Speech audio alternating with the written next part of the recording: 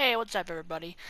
So, if you clicked on this video, you're probably either considering buying NASCAR Heat 3, or B, you're probably upset at the game and you want to see somebody bash it and say it's a bad game, or possibly C, you actually like the game and you want to see somebody have a decent review on it.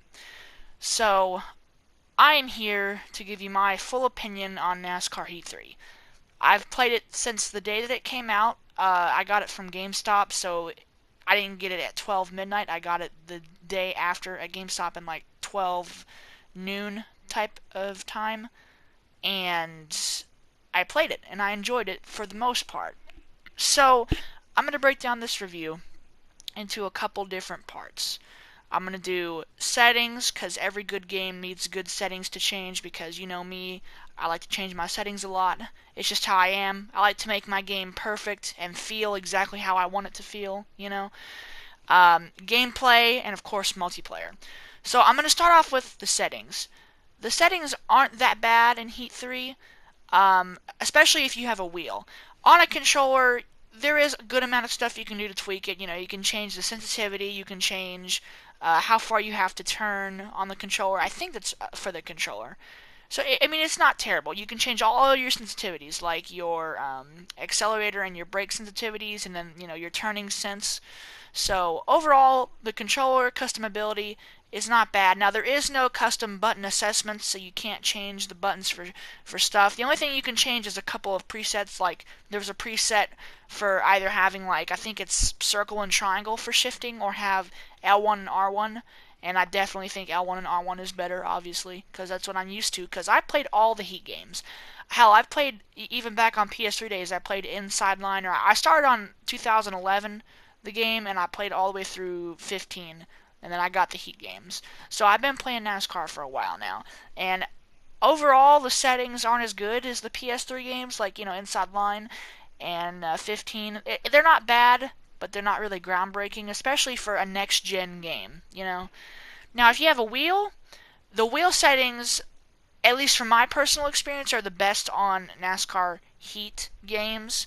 I have played NASCAR 15 with the wheel, I've attempted it, and at least with my wheel, I have the T150 with the T3PA pedals, and it was not a very good experience. I couldn't get the right settings to make my wheel not feel twitchy.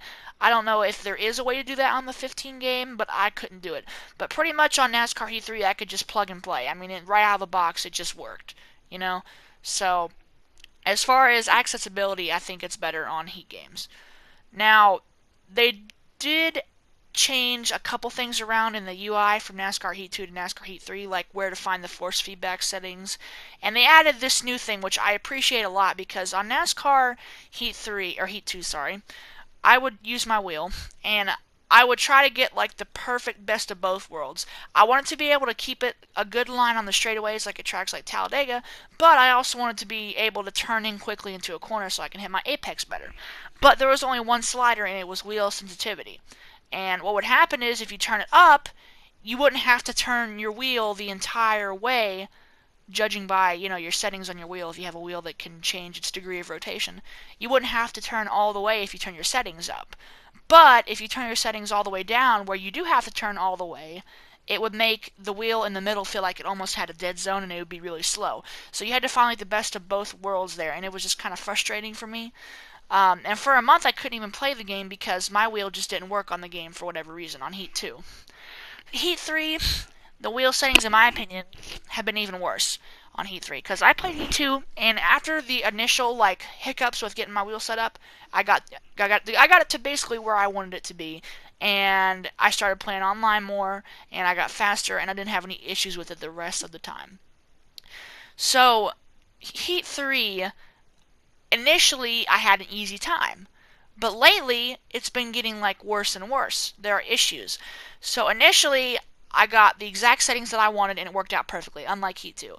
However, recently I've been racing online, and I don't know if anybody else has been experiencing this glitch. Leave a comment if you have, but my wheel will randomly feel like super sensitive for no reason when I start a race, or like completely numb, where if I turn it even a little bit, it doesn't turn. Like, if I turn it like halfway, the freaking car will not turn in the game, which is very frustrating, because I can't control it. I'll randomly get into a race, everything will feel great, and then the next race it'll just all screw up.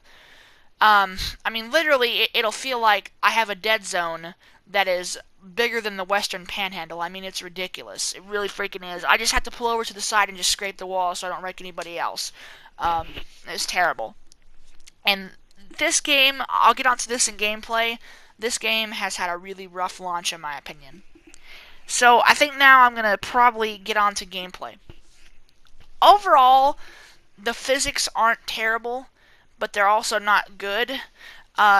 Just certain things, like whenever you get off the throttle when you're driving a loose setup, at least, when you go into the corners and you get off the throttle, you get loose, but when you get back onto it, for some reason, you get tighter. And it's really the opposite in real life, so that doesn't make any sense to me, but it's not that bad because, I will happily get used to that.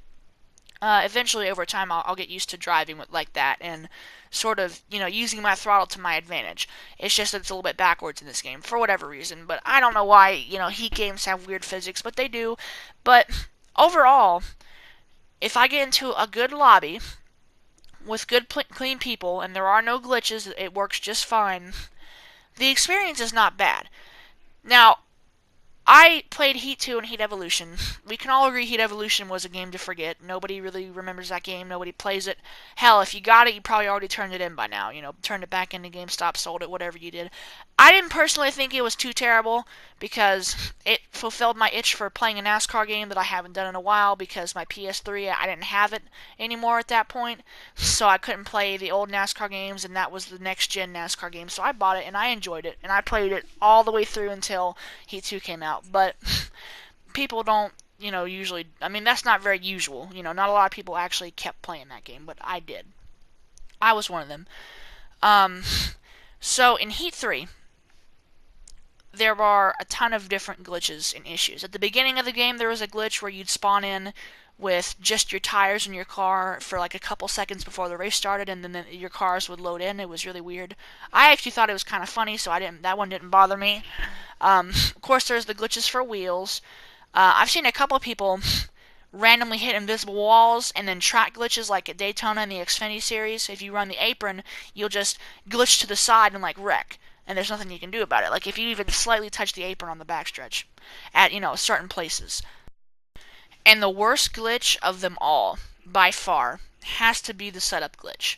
Now, if you haven't heard of it, how it works is basically, if you make a lobby in online and you turn setups off, you cannot use setups at all. No setups are allowed, so it's just the game's default setup. Then you can still use setups. The game doesn't do what it says it's going to do. It says there'll be no setups, but if people have setups already put in, then they can race them online, even though that it's a non-setup lobby, which is just god-awful. That is the worst possible glitch you could ever imagine, because what it does is it messes with the competition in the game. So me, and I'm not trying to brag here, I shouldn't even be bragging, I have world record laps on some places. I'm top 10 at least. Go check any of the road courses on the Xfinity series, like Mid-Ohio, and you'll see my gamer tag, Drake. Drake with a bunch of numbers, you'll see it. I'm there. I'm good. I'm a very fast racer. But if I get into a lobby on a default setup with somebody that has an actual setup, I really don't have a chance against them unless they suck. And that is awful that NASCAR Heat 3 did not even bug test to find this before the game came out. I mean, I can't believe it. So then, I wait till the next update, and here they are with a patch that says the setup glitch is fixed, and then I get on, and I still see people running like laps that are 5/10 quicker than me, maybe even a second faster, and I guess they didn't fix it. I mean, even in these clips, if you go back and look at the first race, I was doing all that I could to run a quick lap at Auto Club, and my car felt tight as hell, like so tight. And the other guy ran like almost a freaking 20. I think it was a 20, or no, a 38. I think he almost ran a 38. I was running 39.5s the whole time, and it was ridiculous. I know that on Heat 2, I could run a 39 flat, maybe 39.1 on default setup. Usually. With the setup, I could run a 39 flat. Or a pit setup, that is. So, clearly something's off. And then I was wondering about that, and I went to check, and I figured out that at Auto Club, my default setup is number 1, completely stable. That's why I felt tight. So that means, for whatever reason, they defaulted all the setups to stable, and now the setup glitch is back again, and it has not been patched yet. The NASCAR Heat 2 didn't even have half as many issues like that, at least for multiplayer, that NASCAR Heat 3 has, especially at launch. I didn't have these issues. And then the bubble glitch is still here, though that was in Heat 2, but it feels a little bit more amplified in this game for some reason. And it's even worse now with the ping-ponging, if you played Heat Evolution especially. It's really bad now. If you even slightly touch somebody's corner panel, you will ping-pong into the grass. I mean, you'll see in this clip right here, me and this guy were racing, and he got loose on the seam on the outside lane, and he'll just pong right into me and pong back into the wall. It's terrible. This guy right here, the 88 car. And I apologized to him. I said I didn't think I'd come up into him. Clearly he got loose, you know. He looks like he has a pretty loose car. But there's that, and of course now the seams make your car almost spin out. Like at Bristol, you'll know if you race there on a loose setup. Even on a stable setup, you'll still get loose on those seams. I mean, it's really, really bad. So that's another bad thing about the physics. And now I'm going to have to get into career mode. I don't have much to say about career mode, except the AIs on Legend difficulty are stupidly overpowered. Like I said, I am a top 20 guy on the leaderboards when it comes to the esport thing, and I am a top 10 when it comes to fastest laps, usually on road courses, sometimes on short tracks, right?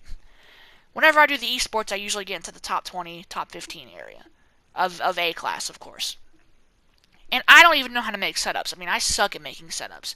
And somehow I've managed to get into the top 15. And I go against these AIs in career mode, man, and there are just certain tracks like Iowa and Richmond in the Xfinity series that you just absolutely cannot race at with the AIs. They will just destroy you. They literally have no tire wear. They have the awareness of a brick. The AIs are terrible in NASCAR Heat 3. They're even worse in Heat 2 in my opinion. At least Heat 2 they could hold their line, and they wouldn't wreck into you, and they wouldn't wreck you out of the way. And they wouldn't, you know, just like blow by you on old tires when you have old tires. The career mode is bad when it comes to AIs. Now, the experience in general of creating your own team, it's fun, it's a good idea, and overall, it's great. But the AIs really ruin the experience. Now, I did race at Bristol in the Xfinity series, and I had a really good race with one of these AIs. He got caught up in lap traffic, and I managed to just catch him with 2 laps to go and pass him. And there was something about that race, and it was like that was the perfect level of difficulty. And then the very next race I did, I literally couldn't pass a single car. A single car. They were just that much quicker than me. And plus they could just hold the inside lane like it's Daytona at Richmond. It was at Richmond. And they would literally run the inside lane on the straightaways and turn in and still be able to do just fine. And make it through the corner perfectly. So I don't get that. I think it's stupid. But overall, the experience I've had with this game, with glitches and with gameplay, I think it has a lot of potential. I think this game definitely has a lot of potential, but it just isn't there yet. And hopefully after some patches it'll get better and I'll be able to play it, but until then I might actually just go back and play Heat 2 because I enjoy playing Heat 2 in the racing more on, you know, that game. Anyways, I hope you guys enjoyed this review. If this deterred you from buying the game, I still say you should buy it because they will fix these glitches, but overall, I give it a 6 out of 10. So, sorry NASCAR Heat 3, but you gotta fix your shit. See you guys in the next one.